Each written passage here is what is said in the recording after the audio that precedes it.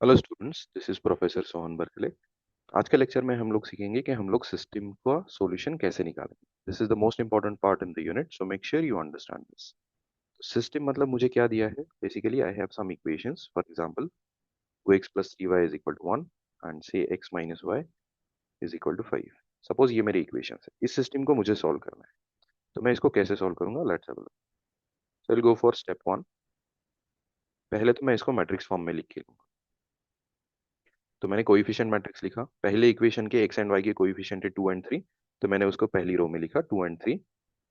फिर right hand side लिखने से पहले मैंने एक लाइन ड्रॉ किया। ये लाइन हमें बताएगा कि मैं राइट हैंड साइड लिखने जा रहा हूँ, और राइट हैंड साइड में है आपके 1। So instead of writing it as 2x plus 3y is equal to 1, I am writing it as 2 3 1। पर ये 2 3 1 भी लिखा है, तो आप लोग उसको कैसे पढ़ोगे? 2x plus 3y is equal to 1। Similarly second equation जो है उसके कोएफिशिएंट्स में लिख रहा हूँ 1 minus 1 and right hand side is 5। तो स्टेप 1 में मैंने इसको मैट्रिक्स फॉर्म में लिख लिया। अभी स्टेप 2 में हम लोग क्या करेंगे? Let's have a look. So let us try to understand कि स्टेप 2 में क्यों करूंगा। सो इमेजिन, अभी आप लोगों ने सीखा कि मैट्रिक्स फॉर्म में आप लोग सिस्टम को कैसे लिखोगे। फॉर एग्जांपल, आपका अगर ये सिस्टम है 5 6 3, तो आप ये मैट्रिक्स फॉर्म में इस सिस्टम को पढ़ सकते हो। पहला रो आपको देगा 2x plus 4y is equal to 1। Second row आपको देगा 5x plus 6y is equal to 3। Okay, now imagine this. मैंने आपको दो सिस्टम, तो अगर मुझे सिस्टम देना है तो अभी मैं आपको मैट्रिक्स फॉर्म में भी दे सकता हूँ या फिर एक्स एंड वाई के टर्म में दे सकते हो। हम लोग मैट्रिक्स फॉर्म में ही इसके बारे में बात करें। Now instead of the first choice, अगर मैं आपको सेकंड चॉइस दे दूं, this is equal to 6 for example, तो कौन सा वाला सिस्टम आपके लिए आसान रहेगा to solve? So let's have a look. Second में क्या होगा? ये लास्ट वाला जो इक्वेशन है, this is only in terms of y. तो लास्ट वाला इक्वेशन आपका बना 0x, सेकंड वाला इक्वेशन जो है plus 6y is equal to 6। यहाँ से आपको y का वैल्यू डायरेक्टली मिल गई, y is equal to 1। Okay, ये y का वैल्यू आप लोग इक्वेशन 1 में डालोगे। इक्वेशन 1 में डालने के बाद आपको क्या मिलेगा? x का वैल्यू मिल जाएगा। ओके, तो इसका मतलब दिस सिस्टम, सेकंड वाला जो सिस्टम लिखा है, ये ज्यादा आसान है to solve than the first system. First system को डायरेक्टली देख के हम लोगों को पता नहीं चल रहा कि x क्या है, y क्या है, या फिर पहले y क्या है उसके बाद x क्या है। पर सेकंड सिस्टम को देखने के बाद आपको डायरेक्टली पता चल रहा है कि y का वैल्यू है 1, एंड अकॉर्डिंगली पहले इक्वेशन में डाल के आप लोग x का वैल्यू निकालो। Okay, so that's our idea. कुछ सिस्टम ये हमारे लिए फेवरेबल रहेंगे, कुछ सिस्टम ये हमारे लिए फेवरेबल नहीं रहेंगे। तो जैसे यहाँ पे ये पहला वाला सिस्टम हमारे लिए फेवरेबल नहीं है, सेकंड वाला सिस्टम हमारे लिए फेवरेबल है, क्योंकि हम लोग ओरली उसका आंसर निकालना हमारे लिए possible. Okay, so let's have a look कि ये दोनों में डिफरेंस क्या है। तो if I observe it properly, तो क्या हो रहा है basically? So what I am having is, in the second मेरे पास एक ही वेरिएबल। जो फेवरेबल सिस्टम था उसमें क्या था? पहले में दो वेरिएबल, और जैसे ही मैं सेकंड रो के लिए गया मेरा एक वेरिएबल कम हो। ओके, तो मेरे लिए फेवरेबल सिस्टम वो रहेगा जिसमें पहले इक्वेशन में सारे वेरिएबल्स हैं, दूसरे इक्वेशन में एक वेरिएबल कम है, प्रेफरेबली द फर्स्ट वेरिएबल कम है, तीसरे इक्वेशन में और एक वेरिएबल कम है, चौथे इक्वेशन में और एक वेरिएबल कम है, एंड सो ऑन। मेरा कितने भी वेरिएबल्स रहे, सो this is the idea. Okay, इसको हम लोग बोलेंगे favourable system. So go through it again. पहले इक्वेशन में सारे वेरिएबल होने चाहिए, सेकेंड इक्वेशन में एक वेरिएबल आपका कम हो गया, मतलब उसका कोएफिशिएंट 0 है, तो आपके पास एक कम वेरिएबल।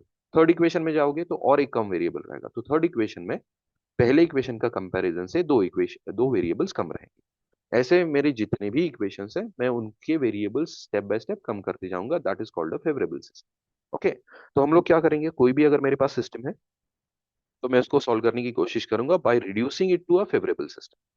तो मैं इसको फेवरेबल सिस्टम में कन्वर्ट करने की कोशिश करूंगा, क्योंकि फेवरेबल सिस्टम में मुझे पता है कि मेरा आंसर कैसे आएगा, ओरली आना शुरू हो जाएगा। So that's the idea behind. So let us convert the given system into a favourable one. अभी ये फेवरेबल वन में कन्वर्ट करते टाइम पे कुछ चीजें अलाउड है, वही चीजें यूज करके हम लोग इसको फेवरेबल में कन्वर्ट करें। So let's have a look कि कौन कौन सी चीजें आपको अलाउड है to perform on this particular matrix. So there are some elementary row operations. For example, अगर मैं ये लिखता हूँ R I and R J, तो इसका मतलब होता है R I and R J मैंने इंटरचेंज कर दिया। फॉर एग्जाम्पल, अगर मैं R one and R two को इंटरचेंज कर रहा हूँ ओवर दिस मैट्रिक्स, ये मेरा जो ओरिजिनल मैट्रिक्स है, उसी मैट्रिक्स के ऊपर अगर मैं इसको कन्वर्ट कर रहा हूँ, R one and R two को इंटरचेंज कर रहा हूँ, तो मेरे आर वन की जगह पे आ गया आर टू। तो मेरा पहला रो बन गया 1 - 1 5, और दूसरा रो बन गया 2 3। So this is very simple operation to understand कि मैं किसी भी दो रोज को इंटरचेंज कर सकता हूँ। इस तरीके से हम लोग उसको लिखेंगे। Second operation that is allowed to me is I can multiply any row with a non-zero constant alpha. इसका मतलब क्या है? फॉर एग्जाम्पल अगर मैंने ये कर दिया 2r1, अगर मैंने कर दिया तो अभी now if I am performing this operation on this matrix, ये हमेशा ही पता होना चाहिए कि ऑपरेशन कौन से मैट्रिक्स पे हो रहा है। ओके, आप लोग ओरिजिनल मैट्रिक्स तो आपका ये था, दिस वन। उसके बाद पहला ऑपरेशन किया आपने r1 r2, अभी ये मैट्रिक्स आ गया। अभी इसके ऊपर आपने 2 टाइम्स r1 कर दिया। तो हमेशा ही आप ओरिजिनल मैट्रिक्स पे काम नहीं करोगे, आप लोग जैसे जैसे आगे जा रहे हो जो मैट्रिक्स अभी हाथ में है उसके ऊपर आपको काम करना है। तो 2 टाइम्स r1 मतलब क्या? मैं r1 के सारे एंट्रीज को, आई रिपीट, मैं r1 के सारे एंट्रीज को 2 से मल्टीप्लाई करता हूँ। सो this is now -2 and 5, this is I am sorry, 2 - 2 and 10। तो मैंने r1 के सारे एंट्रीज को 2 से मल्टीप्लाई कर लिया। सो दिस इज 2 - 2 and 10। मेरे r2 में कोई चेंज नहीं है क्योंकि मैं सिर्फ r1 को मल्टीप्लाई कर। सो make sure you understand this particular operation. अभी ये जो अल्फा है ये जीरो नहीं होना चाहिए, नहीं तो मेरा पूरा रो जीरो हो जाएगा। ओके, तो alpha zero allowed, that's the only condition. So these two operations are very simple to understand कि मैं दो कोई भी दो रोज कभी भी इंटरचेंज कर सकता हूँ और मैं किसी भी रो को अल्फा से, नॉन जीरो अल्फा से मल्टीप्लाई कर सकता हूँ। The third operation which is the most important one, और ये हम लोग ज्यादातर यूज करेंगे, ये ऐसे होता है कि R I is converted to R I plus alpha times R J. ये ऑपरेशन है जो सबसे इंपॉर्टेंट है। So let's have look. For example आपने कर लिया r1 इज कन्वर्टेड टू, या फिर r2 is converted r2 -3 times r1। Suppose आपने ये कर लिया, this is your third operation. अभी इस मैट्रिक्स के ऊपर ये ऑपरेशन हो रहा है, कौन से रो में चेंज आएगा? Let's have look. तो जो चेंज रहेगा वो कहाँ पे रहेगा? जो आपने यहाँ पे लिखा है कि आपका r2 चेंज हो जाएगा, और r2 की जगह पे क्या होगा? r2 -3 times r1। अभी r2 की जगह पे कैसे कैसे चेंजेस आएंगे? Let's have a look. तो r2 चेंज हो रहा है तो r1 तो आपका एज इट इज है, 2 - 2 and 10। अब ये R2 में क्या होगा? R2 का मेरा पहला एंट्री है, तो ये 2 किस में कन्वर्ट हुआ? Let's have a look. तो ये R2 का पहला एंट्री 2, ये कन्वर्ट हो जाएगा वही एंट्री -3 टाइम्स करस्पॉन्डिंग एंट्री, मेरा 2 यहाँ पे है। अभी इसका करस्पॉन्डिंग एंट्री इन R1, तो ये क्या हो जाएगा? 2। सो दिस इज 3 × 2। तो मेरा ये आंसर आ गया 2 - 6, तो ये हो गया -4। तो 2 की जगह पे 2 रिड्यूस हो गया इन -4, तो ये हो गया एंट्री -4। सिमिलरली आप दूसरा एंट्री कैलकुलेट करोगे, दूसरा वाला एंट्री कौन सा रहेगा? Let's have a look. मेरा एंट्री था 3, मैं इस एंट्री के बारे में बात करूँ, ये किस में कन्वर्ट हुआ ये हम लोग देखें। मेरा ऑपरेशन तो यही चल रहा है हर एलिमेंट के लिए, R2 के हर एलिमेंट के लिए, R2 में जितने भी नंबर्स हैं उन सब के लिए यही ऑपरेशन अभी वैलिड है। सो 3 इज कन्वर्टेड टू 3 -3 टाइम्स। अभी 3 का करस्पॉन्डिंग एलिमेंट क्या है आपके पास? सो आप इस एंट्री के बारे में बात करो, 3 का करस्पॉन्डिंग एलिमेंट इज -2, तो यहाँ पे आ गया -2। सो दिस इज -2। तो ये हो गया 3 - 3 टाइम्स -2, सो 3 × -2 विल बी -6। ये नेगेटिव नेगेटिव पॉजिटिव हो गया, दिस इज कन्वर्टेड टू 9। तो ये एंट्री हो गया ना। तो आपने इस एंट्री को भी चेंज कर लिया, इस एंट्री को भी चेंज कर लिया। This is very important for you to understand कि अगर मैं कोई भी ऑपरेशन कर रहा हूँ किसी भी रो के ऊपर, तो वो उसके सारे एलिमेंट्स के ऊपर। Now let's have a look at 1 किस में चेंज हुआ। 1 will be shifted to 1 -3 times. 1 का करस्पॉन्डिंग एंट्री है आपका 10, so this is 1 -30, so that is -29। तो ये एंट्री बन गया -29। तो अभी मैंने आपके साथ जो डिस्कस किया है ये थर्ड वाला operation, make sure you absolutely understand this. ये वो सबसे ज्यादा इंपॉर्टेंट चीज है। ये अगर आपको समझ में नहीं आ रहा, go through the video again and again, make sure you understand this कि ये ऑपरेशन मैंने कैसे किया है। ओके, तो इस ऑपरेशन में कौन से रो के ऊपर चेंज आता है? आर आई के ऊपर चेंज आएगा, और आर आई किस में चेंज होगा? R I plus alpha times R J. This is the most important operation जो हम लोग यूज करेंगे to reduce a system into a favourable system. Okay, so let's go for it now. So make sure you understand all these three operations. 99% of the times we will be using the third operation only. और third operation कोई भी operation करोगे सारे elements के ऊपर होना चाहिए। अगर आपने यहाँ पे गलती कर दी, किसी एक ही एलिमेंट के ऊपर अगर आपने ऑपरेट कर दिया, तो आपका आंसर कभी सही नहीं आएगा। तो this is absolutely important for you to understand कि आप ये तीन ऑपरेशन कैसे कर रहे हो। Make sure before moving on कि आप लोग ये तीनों ऑपरेशन अच्छे से समझ रहे हैं। Okay, so let's have a look at it now. तो हम लोग क्या करेंगे? अभी ये तीन ऑपरेशन यूज करके हम लोग इसको फेवरेबल फॉर्म में लाएंगे। सो लेट्स हैव अ लुक। इसको फेवरेबल फॉर्म में लाने के लिए मुझे क्या करना पड़ेगा? ये जो वन है यहाँ पे इसको जीरो बनाना पड़ेगा। सो नाउ ये वन एंट्री कहाँ पे है? ये मेरा एंट्री है ए टू वन मतलब अगर मैं ए आई जे लिख रहा हूँ, if I am writing a suffix I J, तो ये एंट्री है in ith row and jth column. तो ये ith row and jth column का एंट्री है, मतलब अगर मैं ए टू वन लिख रहा हूँ तो ये सेकेंड रो, ये मैट्रिक्स में this is your first row, this is your second row, this is your first column, this is your second column, this is your third column. Okay, तो ये entry कौन सा है? ये एंट्री है second रो और फर्स्ट कॉलम वाला entry. तो आप हमेशा ही ए आई जे एंट्री लिखो। For example if I am writing A two three entry, ये कौन सा एंट्री है? Second row and third column वाला entry. Second row third column मतलब 5 एंट्री है, so A two three is entry 5। So this is important for you to understand कि entry कौन सा है। So now let's go for कि मुझे कौन सा एंट्री जीरो करना है। मुझे एंट्री जीरो करना है, ए टू वन को मुझे जीरो में रिड्यूस करना है। तो इसके लिए मैं कौन सा ऑपरेशन यूज करूंगा? ये वेरी टिपिकल ऑपरेशन आपके पास रहेगा। What we will do is, हमें चेंज कहाँ पे लाना है? आर। ये थर्ड काइंड का ऑपरेशन हम लोग यूज करेंगे। आर टू में चेंज लाना है। ऑपरेशन किस तरीके का होगा? R minus, so instead of plus मैं इसको माइनस भी कर सकता हूँ, समथिंग टाइम्स आर वन। अब ये R two and R one मैंने कैसे यूज किए हैं? ये जिस एलिमेंट को मुझे जीरो करना है उसके सफिक्स में लिखा है ए टू वन, तो मैं सेकेंड रो पे, तो मैं second row two and one लिखा है तो मैं R two and R one use करूँ। ओके, यहाँ पे टू एंड थ्री लिखा होता तो मैं R two and R three use करूँ। पहला जो सफिक्स लिखा है उस रो के ऊपर ऑपरेशन करेंगे, और दूसरा जो रो है वो हम लोग सेकंड सफिक्स जो लिखा है उसका वो रो डिनोट करेगा। तो यहाँ पे टू एंड वन लिखा है, so R two is converted to R two minus something times R one. So for example अगर मुझे ए थ्री टू मेरे पास कोई एंट्री होता, मुझे इसको जीरो कर, तो मेरा ऑपरेशन क्या होता? R three will be converted to R three minus something times R two. ये समथिंग क्या है ये अभी हम लोग देखने वाले हैं, but make sure you understand this. For example अगर मुझे कोई ए फोर वन एंट्री, इसको जीरो करना होता तो मेरा ऑपरेशन क्या होता? R four is reduce to R four minus something times R one. So make sure you understand this. अभी ये ब्रैकेटेड क्वांटिटी जो है वो क्या है? Let's have a look.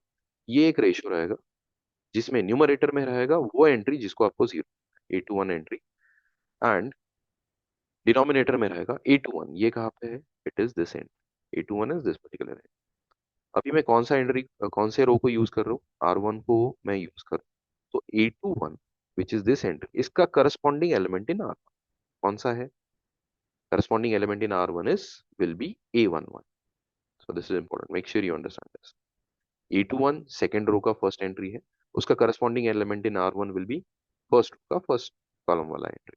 So for example मेरा मैट्रिक्स कुछ ऐसे रहेगा, A one one, A one two, this is A one three, this is A two one, this is A two two and this is A two three. तो आपका numerator है A two one, इसको zero करने की कोशिश करो। आप R one use करो, यू आर सेइंग कि यहाँ पे आप लोग आर वन यूज कर, तो आर वन में इसका करस्पॉन्डिंग एलिमेंट क्या है? A one. तो ये मैंने लिख दिया। So this is important for you to understand, make sure you understand this कि मैं रेशियो कौन सा यूज कर रहा हूँ। नेक्स्ट फॉर एग्जाम्पल अगर मुझे इसको ए थ्री टू को जीरो करना होता तो मेरा न्यूमरेटर में क्या होता? A three to. डिनोमिनेटर में क्या होता? ए थ्री टू का corresponding element in R two. Now try to understand, R two में ए थ्री टू का करस्पॉन्डिंग एलिमेंट क्या होता? सेकेंड रो में सेम कॉलम, सेकेंड कॉलम। तो सिर्फ सफिक्स, पहला वाला सफिक्स बदलेगा। यहाँ पे भी देखिए ए टू वन अपॉन क्या था? A two one upon A one one. Second वाला सफिक्स तो एज इट इज रहेगा, सिर्फ सेकेंड रो का और फर्स्ट रो का corresponding element will be suffix one हो गया। तो यहाँ पे सेकेंड रो है तो पहला वाला सफिक्स टू। यहाँ पे क्या है? आर वन है, तो ये क्या हो जाएगा? न्यूमरेटर में तो रहेगा ए फोर वन, और डिनोमिनेटर में क्या हो जाएगा? ए। सेकेंड वाला सफिक्स एज इट इज रहेगा, फर्स्ट वाला सफिक्स यहाँ पे जो रो लिखा है उसका आ जाएगा, so A one. Okay, so this is important for you to understand. तो ये ऑपरेशन सबसे ज्यादा इंपॉर्टेंट है, make sure you understand this. अगर समझ में नहीं आ रहा है, go through it again and again. अगर यही वो चीज है जो सबसे ज्यादा इंपॉर्टेंट रहेगा आपकी यूनिट, ये कैलकुलेशन आ गया, बाकी सारी चीजें अपने आप आना शुरू हो जाएगा। ओके, तो किसको कैसे जीरो करना है, कौन सा ऑपरेशन यूज करना है, that is important. One more important thing is, अगर मैं डिनोमिनेटर में ऐसे लिख रहा हूँ, इसको हम लोग बाद में कवर करेंगे, but you need to understand this. इसमें सिर्फ एक प्रॉब्लम आ रहा है, आ सकता है कि अगर मैं A two one upon A one one लिख रहा हूँ, पर ए वन वन अगर जीरो रहेगा तो ये एक्सप्रेशन वैलिड नहीं रहेगा। तो इसको हम लोग कैसे टैकल करेंगे? We are going to look at that later on. Okay, वो आसान चीज है, इसको आप लोग क्या कर सकते हो वो हम लोग बाद में देखने वाले हैं, so don't worry about it right now. वो काफी आसान है टू टैकल। तो मुझे यहाँ पे क्या करना है? ए टू वन को जीरो करना है। ए टू वन को जीरो करने के लिए अभी मुझे पता है कि मेरा ऑपरेशन रहेगा R two will be reduce to R two minus a two one upon A one one into R one. This is my operation. तो ये एक्चुअल ऑपरेशन क्या बनेगा, अभी A21 एंड A11 की एंट्रीज डाल। R2 माइनस A21 क्या है 1, A11 क्या है 2 डिवाइडेड बाय R1। तो ये मेरा ऑपरेशन है। अभी ये ऑपरेशन में सारे एंट्रीज के ऊपर कैलकुलेट करूंगा। तो मेरा एंट्री है 1, 1 किस में रिड्यूस होगा 1 माइनस 1/2। हर एंट्री के लिए ये कोएफिशिएंट सेम है। ओके, एक बार ये ऑपरेशन डिफाइन हो गया, उसके बाद आपको सिर्फ R2 का एलिमेंट R1 का एलिमेंट इतना ही डालना, इसमें कोई भी चेंज नहीं आएगा। सो 1/2। अभी मेरा करस्पॉन्डिंग एलिमेंट इन R1 क्या है, so if I calculate this, 2 2 will get cancelled, 1 minus 1 will be 0. Fine. My second element of R2 is minus 1. Minus 1 किस में कन्वर्ट होगा, minus 1 minus 1/2 times minus 1 का corresponding element in R1 is, तो ये किस में कन्वर्ट हो जाएगा, -1 minus 3/2, that will be -2 minus 3/2, so this is -5/2। ये मेरा एंट्री रहेगा। सिमिलरली 5 किस में रिड्यूस होगा, this will B 5 minus 1/2 times 5 का corresponding element is 1, so this will be 10 minus 1 divided by 2, so this is 9/2। तो अब ऐसा हो सकता है कि आपकी एंट्रीज फ्रैक्शन में आना शुरू हो गया, इट डजेंट मैटर। ओके, आपका फ्रैक्शन में आ रहा है तो फ्रैक्शन में लिखिए, कैलसी पे कैलकुलेट कर रहे हो, मेक श्योर कि आपकी एंट्रीज फ्रैक्शन में आएंगे, आप उसको पॉइंट में कन्वर्ट नहीं करो। पॉइंट में कन्वर्ट करने के बाद क्या होता है, बेसिकली वो कैलसी आपको कुछ राउंड अप करके दे समटाइम्स। ओके, तो आपका आंसर कुछ पॉइंट से अलग आ सकता है, so that is not what we want. Fraction है तो फ्रैक्शन में ही रखिए।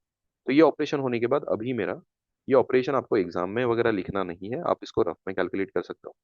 तो मेरा मैट्रिक्स किस में कन्वर्ट हो गया, लेट्स हैव अ लुक। तो स्टेप 2 में ये ऑपरेशन मैंने लिखा, अभी मेरा matrix after this operation will be, पहला रो तो मेरा एज इट इज रहेगा, दिस इज 2 3 1। नाउ मेरा पहला एंट्री 0 हुआ था यहाँ, मेरा सेकंड एंट्री है -5/2 और मेरा नेक्स्ट एंट्री है 9/2। Now look at your matrix, अभी आपके मैट्रिक्स के ऊपर देखिए, अभी डायरेक्टली आपको लास्ट वाला जो इक्वेशन है उससे y का वैल्यू मिल जाएगा, उसको आप लोग अबाव पुट करोगे तो आपको x का वैल्यू भी मिल जाएगा। बैक सब्स्टिट्यूशन से आप लोग इसको कैलकुलेट कर रहे हो, तो ये फेवरेबल सिस्टम आ गया। तो आपने क्या किया, अभी इसके बाद आपका सॉल्यूशन रहेगा स्टेप 3 में, कि आपका इक्वेशन है -5/2, लास्ट वाली इक्वेशन है -5/2 y इज इक्वल टू 9/2, तो आपका this implies y is equal to -9/5। ये आपका y आ गया। और स्टेप 4 में आप लोग क्या करोगे, इसको फर्स्ट इक्वेशन में डालो, put y is equal to -9/5 into in equation 1। Equation 1 मतलब कौन सा है आपका, तो x+3y इज इक्वल टू 1, इसमें डालोगे आपको क्या मिलेगा, x का value. We are not solving this, आप x का वैल्यू मिलेगा, आपका फाइनल आंसर रहेगा। The solution to this system is xy is equal to x का जो भी वैल्यू आया, let us assume for example यहाँ पे अगर x का वैल्यू 2 आ गया तो आपका फाइनल सॉल्यूशन रहेगा x is 2 and y is 3। This is how you solve this particular system. देखो हम लोगों ने इसको कैलकुलेट नहीं किया है, ओके, आप लोग इसको कैलकुलेट करो, उसके बाद आपका सॉल्यूशन आएगा। So make sure you understand this 2/2 problem. Now let's move on to some 3/3 problem. तो देखते हैं कि क्या होता है। ओके, सो 3/3 के लिए हमारे पास सिस्टम रहेगा, हम लोग इसी तरीके से उसको फॉलो करने की कोशिश करेंगे। स्टेप बाय स्टेप हम लोग उसको फेवरेबल सिस्टम में लाएंगे। वो फेवरेबल जो फॉर्म होता है that is called echelon form. तो इक्लोन फॉर्म का instead of going for a mathematical definition हम लोग इसका अंडरस्टैंडिंग बनाते हैं कि इक्लोन फॉर्म में क्या होगा बेसिकली। तो लेट्स हैव अ लुक, अगर मैं इक्लोन फॉर्म में कोई मैट्रिक्स लिख रहा हूँ तो क्या होगा। So let's define, not define but just write down echelon form. तो इक्लोन फॉर्म में बेसिकली क्या होगा, मैट्रिक्स अगर इकोलॉन फॉर्म में है तो यहाँ पे सारे नंबर्स आपको दिखाई देंगे, समथिंग लाइक दिस। उसके बाद नेक्स्ट रो में आपका ये 0 हो जाएगा, क्योंकि एक वेरिएबल आप कम कर रहे हो, तो यहाँ पे कुछ ऐसे दिखाई दे। अभी और है तो दो वेरिएबल कम हो जाएंगे, ऐसे कुछ दिखाई दे। ओके, और है तो और एक नंबर वेरिएबल कम हो जाएगा, ऐसे कुछ दिखाई दे। तो सिंपल सा आइडिया है कि आपके क्या हो रहा है, वेरिएबल्स कम। But make sure you understand this, कि ऐसे हो सकता है कि even this will be in a echelon form. For example यहाँ पे आ गया 1 2 3 4, ये दोनों 0 हो गए, ये आ गया 3 एंड 4, और ये तीनों 0 हो गए, ये आ गया 5। क्या होना चाहिए कि नीचे जाते टाइम पे रिक्वायरमेंट ये है कि कम से कम एक वेरिएबल कम होना चाहिए हर इक्वेशन में, ऊपर वाले से नीचे रो में एक वेरिएबल ज्यादा कम होना चाहिए, मतलब एक ज्यादा 0 चाहिए। This is what we want. Okay, in a very vague language without giving it a mathematical definition, मैं ये आपको बता रहा हूँ, make sure you understand this. For example ये भी इकोलॉन फॉर्म है, यही यही पे अगर जीरो है, say 1 2, and then you have this as 0 0 3, and then you have this as 0 0 0. This is in echelon form. echelon form में क्या है कि पहले रो में जितने वेरिएबल है उससे कम सेकंड रो में है, उससे कम थर्ड रो में है, उससे कम फोर्थ रो में। ओके, पर अगर ऐसे कुछ आ गया, आप कैलकुलेट करते टाइम पे कुछ ऐसा आ गया 1 2 3, सेकंड रो पूरा जीरो हो गया और यहाँ पे 0 5 6 आ गया, तो आप क्या करोगे? आप करोगे R2 एंड R3 को इंटरचेंज। ये इंपॉर्टेंट है आपके लिए। आप यहाँ पे ये मत सोचते बैठना कि सेकंड रो में सारे जीरो आ गए तो थर्ड रो में तो सारे जीरो ही होने चाहिए। तो क्या करेंगे हम लोग? रोज को इंटरचेंज करके इसका इकोलॉन फॉर्म ये आ गया कि पहले वेरिएबल, पहले रो में 3 वेरिएबल है, दूसरे में 2 वेरिएबल है और तीसरे में कोई वेरिएबल है ही। ओके, मिनिमम एक कम होना चाहिए, जैसे जैसे आप नीचे जा रहे हो एक से ज्यादा भी कम हो सकता है। Make sure you understand this. Okay, तो ये कॉमन सेंस वाला चीज है कि आपको पता चले कि इकोलॉन फॉर्म क्या होता है ना। इकोलॉन फॉर्म से हम लोग डिफाइन करेंगे rank of matrix. Rank of a matrix A, ये क्या होगा? Number of non zero rows in echelon form. ये होगा number of non zero rows in echelon form of matrix A. तो आपने हमारे एलिमेंट्री रो ऑपरेशन यूज करके matrix को कन्वर्ट किया इनटू दिस फॉर्म। अभी आप देखोगे कि इसमें नॉन जीरो रोज कितने हैं। अभी zero row and non zero row में फर्क क्या है? जीरो रो मतलब जिसके सारे एंट्री जीरो है, नॉन जीरो रो मतलब जिसके सारे एंट्री जीरो नहीं है। जो नॉन जीरो है, जो जीरो नहीं है। तो ऐसे हो सकता है कि नॉन जीरो रो में कुछ जीरो है, कुछ नॉन जीरो। तो इस मैट्रिक्स में कितने नॉन जीरो रोज हैं? This is first, this is second, this is third, this is fourth. So what is the rank of this matrix? The rank of this matrix is 4। तो इसका rank है 4। यहाँ पे रैंक आ गया 4। Similarly यहाँ पे rank क्या है? The rank is 3। यहाँ पे रैंक क्या है? Rank is 2। यहाँ पे रैंक है, यहाँ पे आप लोगों ने डायरेक्टली कन्वर्ट नहीं किया, पहले उसको अच्छे से इक्लॉन फॉर्म में लिखा। इक्लॉन फॉर्म में अगर पूरा रो कोई जीरो है तो वो हमेशा बॉटम में लिखिए। अगर सारे वेरिएबल्स उसमें कोई नहीं है तो उसको आप लोग हमेशा रोज को इंटरचेंज करके बॉटम में लिखोगे। This is important for you to understand. तो इस तरीके से आप लोग रैंक निकालोगे मैट्रिक्स का by converting it into a echelon form. Echelon form में कन्वर्ट करने के लिए हम लोगों ने देखा है कि कैसे ऑपरेशंस हम लोग यूज करेंगे। सो let's have a look eight now. Let's go for 3 by 3 system. अगर मेरे पास है तो मैं उसको कैसे सॉल्व करूँ? अभी 3 by 3 सिस्टम जो लिखेंगे वो हम लोग एक्स वाई जेड के टर्म में नहीं लिखेंगे, हम लोग डायरेक्टली उसको मैट्रिक्स फॉर्म में लिखेंगे। Because now you are very much comfortable with ये मैट्रिक्स फॉर्म में ये सिस्टम कैसे रीड किया जा सकता है। तो फॉर एग्जाम्पल मैंने आपको एग्जाम में दे दिया कि ये आपका क्वेश्चन है, सॉल्व दिस सिस्टम,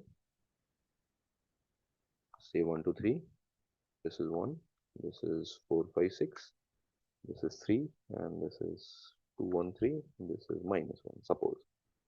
तो आपको पता है कि पहला इक्वेशन क्या है? x plus 2y plus 3z is 1। Second equation is 4x plus 5y plus 6z is equal to 3।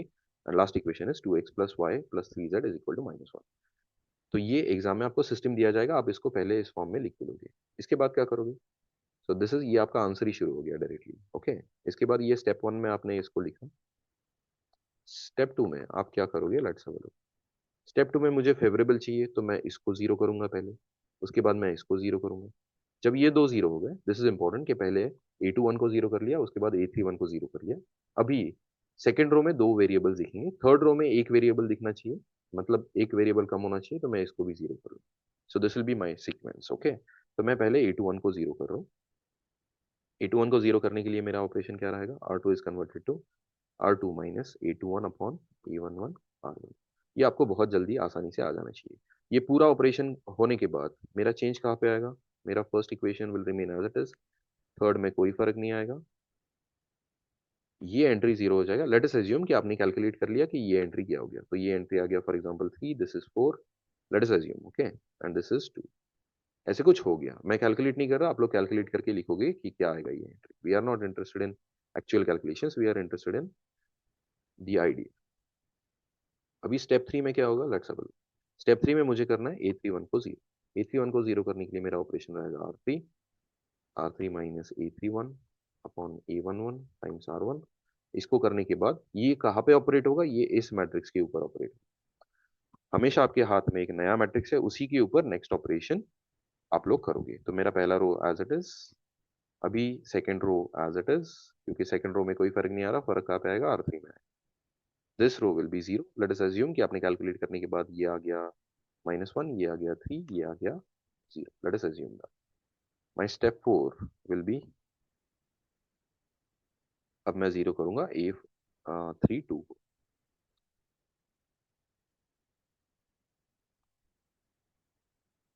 A32 मतलब ये जो एंट्री है इसको 0 करना पड़ेगा. इसको क्यों 0 करेंगे? क्योंकि अभी पहले रो में 3 वेरिएबल है, दूसरे में 2 है, तीसरे में 1 होना चाहिए, तो ये वेरिएबल 0 होना चाहिए. इसको करने के लिए क्या करेंगे?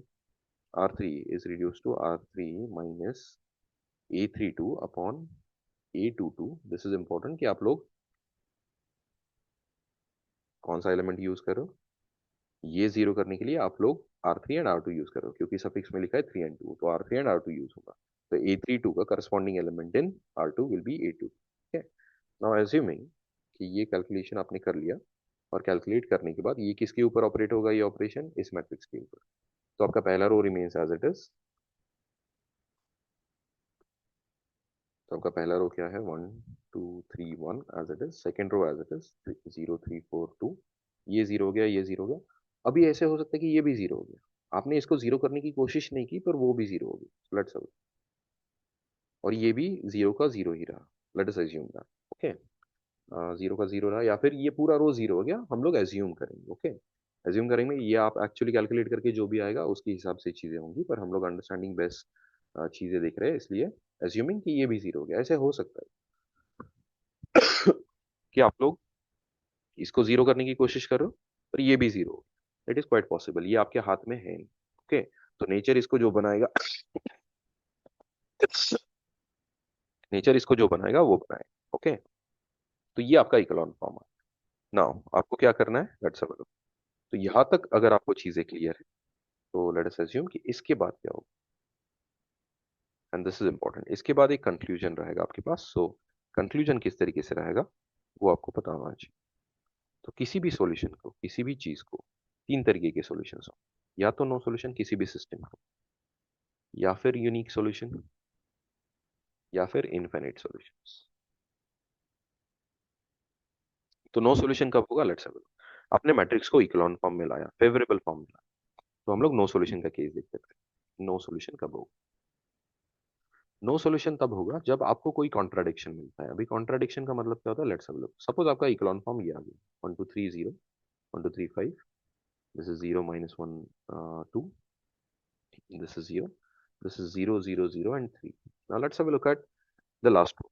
लास्ट रो में क्या हो रहा है? आपको इक्वेशन मिला, आपने इसको इक्लॉन फॉर्म में कन्वर्ट किया. Now make sure you understand that this is in echelon form. पहले में 3 वेरिएबल, दूसरे में 2 वेरिएबल, उसके बाद तीसरे में कोई variable. So this is in echelon form. Echelon form क्या बोल रहा है कि ऊपर वाले रो से नीचे वाले रो में आपके सारे कम वेरिएबल होने चाहिए, और कोई जीरो रो है तो वो बॉटम में होना चाहिए. Okay. Now let's have a look. No solution में क्या हो रहा है? लास्ट वाला इक्वेशन आपको दे रहा है 0x plus 0y plus 0z.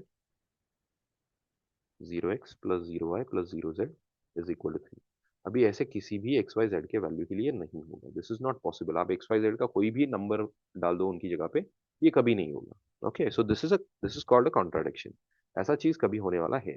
तो क्या होगा? देन यू विल सी कि मुझे कॉन्ट्राडिक्शन मिला है, so my system has no solution. So this is important for you to understand. No solution वाला चीज काफी आसान है.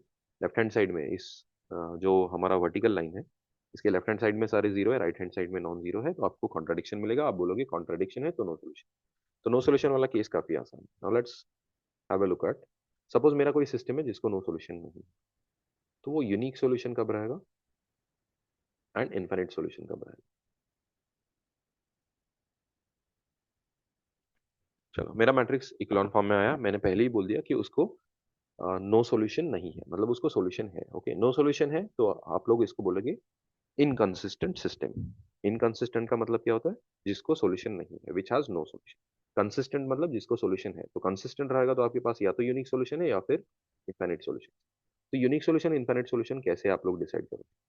तो आपने जो आपका इकोलॉन फॉर्म में मैट्रिक्स आया, इकोलॉन फॉर्म में सपोजिंग आपका मैट्रिक्स ये आ गया जिसमें कॉन्ट्राडिक्शन नहीं आ रहा. कॉन्ट्राडिक्शन आया तो आपने पहले ही बोल दिया होता कि नो सॉल्यूशन.